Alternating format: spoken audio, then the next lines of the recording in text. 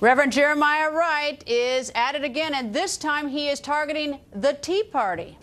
Got some unfinished business on the agenda, with one branch of the Tea Party being nothing but a 2.0 upgrade of the Lynch Party. We got some unfinished business on the agenda, with some folks doing everything they can to get that black man out of that White House. Former Congressman Allen West joins us. Good evening, sir.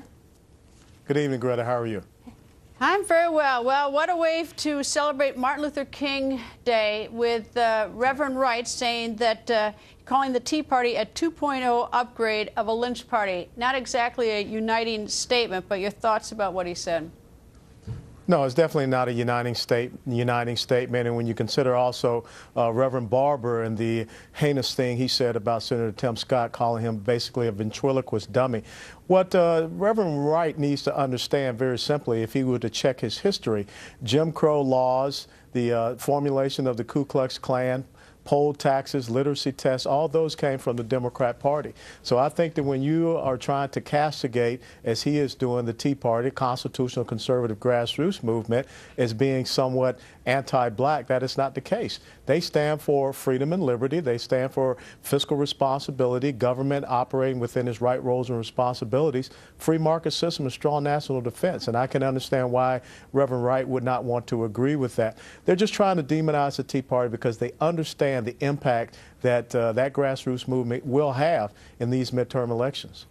Well, you know, I think the Tea Party, a bunch of big boys and big girls and everything. I think the thing that's so stunning to me is that he poisons Martin Luther King Day, which, you know, Martin Luther King Day doesn't just belong to African Americans in the country. There are an awful lot of Americans, and there were white Americans who admire him and recognize all he did. And, you know, let me just give you a contrast. I got Dr. Ben Carson, who's going to be joining us in a second, but this is what his tweet was, and what a contrast to Reverend Wright. He said on Martin Luther King Day, he tweeted, "As we celebrate Dr. Martin Luther King Jr., let us pay more attention to the content of one's character than the color of one's skin." He has a completely different theme in trying to bring us together, whereas Reverend Wright just seems to be trying to be throwing gasoline on a fire.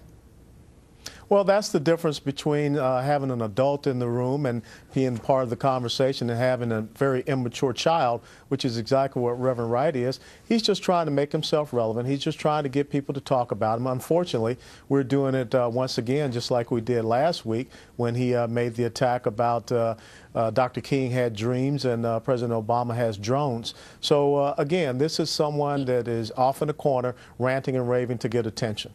But, you know, you've got to at least point it out. I mean, when someone is trying so hard to do this, is because, you know, it's got to stop. I mean, there are groups around this country. We had the Chicago teachers last week who, for whatever reason, they thought that he was a good representative for them. Now we've got another group, you know, celebrating Martin Luther King. Look, unless we all try to find people who aren't trying to throw gasoline on the fire to try to really solve problems, you know, we're not going to, you know, we're not going to get any further, you know, if we don't do something to try to at least point out, you know, sort of the meanness of it or the motive of some of this.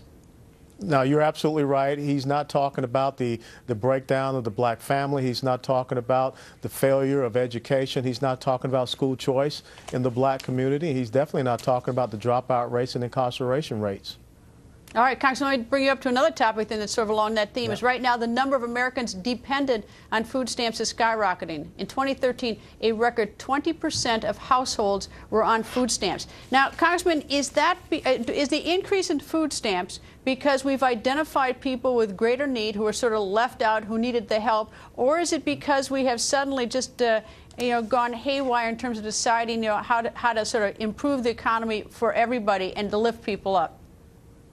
Well, I think that we have to stop saying that the president's economic policies are failing, and we start looking at really what the trend is. We're seeing an incredible growth of the welfare nanny state. We're seeing the poverty rolls explode. We're seeing the food stamp rolls explode. We're seeing more dependency upon government largesse and programs. Look at what just happened with Target kicking part-time workers off of their health care insurance plans. We're seeing a desperation and a despondency out there that's being created by this administration, and it caused me to go go back and read about the Cloward-Piven strategy of Richard Cloward and Francis Fox Piven, who were Columbia University professors. It just so happened that the president went to Columbia. And they talked about overloading the welfare system to a point where it would collapse. You would cause such chaos, and then you would have to move from a welfare system to almost a national income system. And when you think about this 11th extension of unemployment benefits, it's almost like the federal government is trying to pay people not to get out there and participate in the job market. You know, when I look at these numbers, you know, first of all, I don't want anyone to be hungry. You know, and I'm willing to give food stamps to anybody who needs it. But I look at these numbers and I see that as a gross failure on the part of my generation in terms of how we make an environment for people who still can go out and work and take care of themselves, because we have failed them on so many levels that this is where it is. That the best we can sort of do is to put food stamps out there when that gives, you know, when that is not a, this is not a good sign to me. This is a sign of failure that the food stamps have gone up. It is a sign of failure, but is it intentional failure? Now, you think about this. When you have a federal government that's using taxpayer dollars to advertise for people to go on food stamps, not just here in the United States of America, but they were also doing it south of the border in Mexico. So what message is that sending? Do we have a government, do we have an administration that is really trying to improve the quality of life and the standard of living for the American citizens, or they're just trying to get them more attached to government? Well, it'd be nice if we could, while at the same time we're advertising benefits of food stamps for those who are truly hungry and need it, we're advertising more jobs, more opportunity. But I am not seeing those jobs and those opportunity to sort of equal that. All right, let me ask you about another question that's sort of near and dear to your heart. It's about the military. There's big news today at the Pentagon. The Pentagon announcing that it is relaxing its rules on the religious apparel and hairstyles that troops can wear while in uniform. That means some turbans, tattoos, body piercings, and facial hair will be permitted.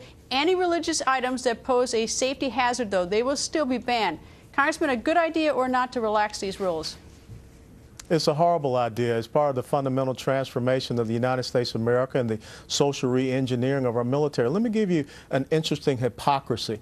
Just during this last Christmas season, we had a gentleman by the name of Mikey Weinstein that brought a complaint about the dining facility in Guantanamo Bay because they had a nativity scene, and he wanted that nativity scene to be taken down.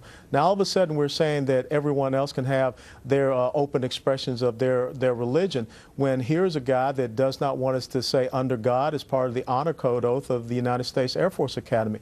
We could have seen this coming when the ruling during the Nadal Hassan case was that he would be allowed to keep his beard. This, again, is a breakdown of the good order and discipline. I don't understand why the administration would take this on, but I believe that Chairman Joe Wilson, who is head of the subcommittee in the House on military personnel, should immediately call a hearing and start challenging this administration by making these unilateral decisions that are going to affect the military and its personnel. And eventually, it will affect its readiness. It's going to cause more complaints, more issues. Well, far be it for me to suggest how the military should run its business, since I've never served in the military, but it seems to me that part of the idea of a uniform and part of the idea of a military is that everything be uniform so you can have sort of discipline. And I understand people's their interest and their desire to practice their religion or whatever, and I would certainly aggressively support that. But in that case, serve your nation perhaps in another way. Join the Peace Corps, do things there. But with things that, and of course I always fear that with every sort of change we're going to have 6 committees, which is just going to bog us down in more bureaucracy. But I so admire all the men and women who serve, and I certainly want to protect their rights to practice their religion. But the military is a very different organization than virtually any other, and there's so many ways to serve your country. And remember, it's a voluntary military. You don't have to join. But they have standards, they have rules and regulations. You cannot be too short, you cannot be too fat, you cannot have flat feet. So those are the type of standards that we have that make us different and unique from the rest of civilian society. And of course, sort of the irony was that when I was growing up and there was a draft, is that people actually got out of serving if they could establish they were conscientious objectors. We actually let people out for deep conviction, which is sort of an interesting twist in history. Another hypocrisy indeed.